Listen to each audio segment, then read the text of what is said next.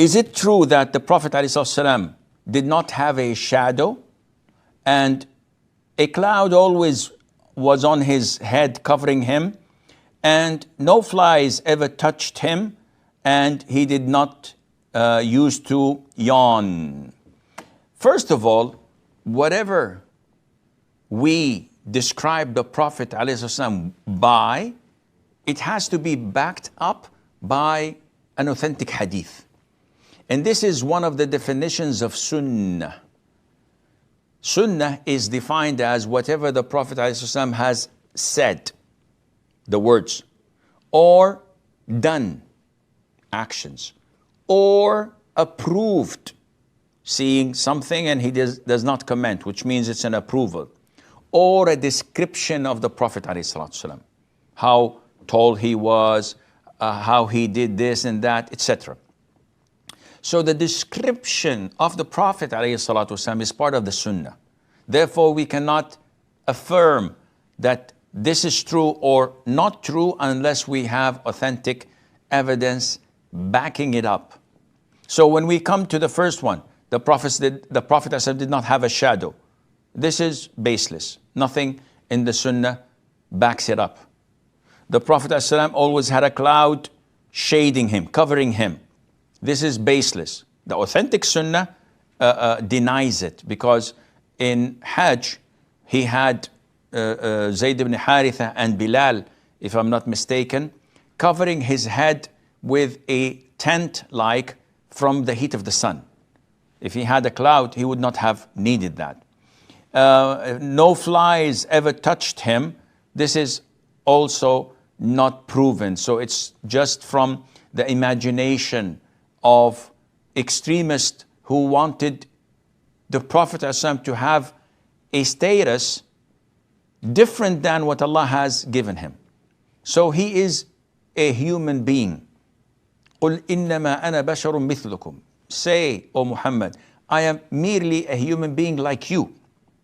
Which means that he was created like us, he is like us, he lives and dies like us. But the only difference is that Allah has favored him with the message. So this is the biggest difference. Difference is that he is given revelation.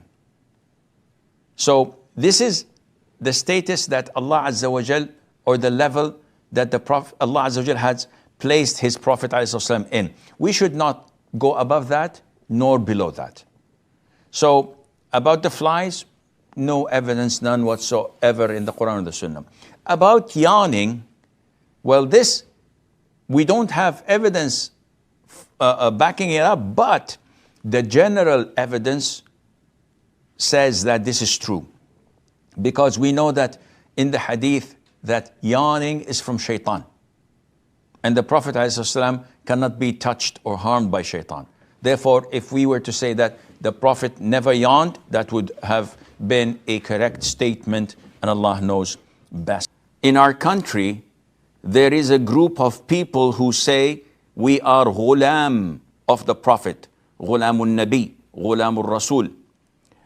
Here, the Bengali word Ghulam means servant, but my concern is that we are the only servants of Allah.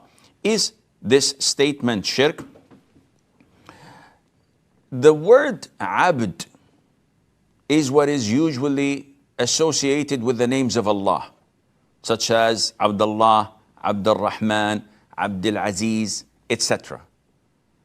So this cannot be used except with Allah Azza wa Jal, unless it is to identify an actual slave that you bought with your money, and he is Abd Asim, for example. And this is an inappropriate name, but it is not shirk, it's not haram. And we know that the Prophet ﷺ's name is Muhammad ibn Abdullah ibn Abdul Muttalib. And Abdul Muttalib is actually not a name of a god. Al-Muttalib was the brother of Hashim. And when Hashim sent his brother Al-Muttalib to fetch his son from Medina, when he came into Mecca with his nephew, and no one knew who that kid was. So they thought that he was his slave. So they called him Abdul Muttalib. And he kept telling them, his name is Atiq. He's not a slave of mine. He's a free man. He's my nephew. But the name was attached to him. So he was known as Abdul Muttalib. So the concept itself is not haram unless it is intended to. Now, if in Bengali language, and I was told that this is true, that Ghulam means the servant or the slave of. In this case, it would be inappropriate to call a person the servant or the slave of the Prophet ﷺ, because this would lead into extremism and to go deep in praising the Prophet ﷺ beyond what he deserves, because he himself told us, do not go too extreme in me. La taghlu fi. Like the Jews and the Christians did with their prophets and messengers. Merely, I am a servant of Allah and his messenger.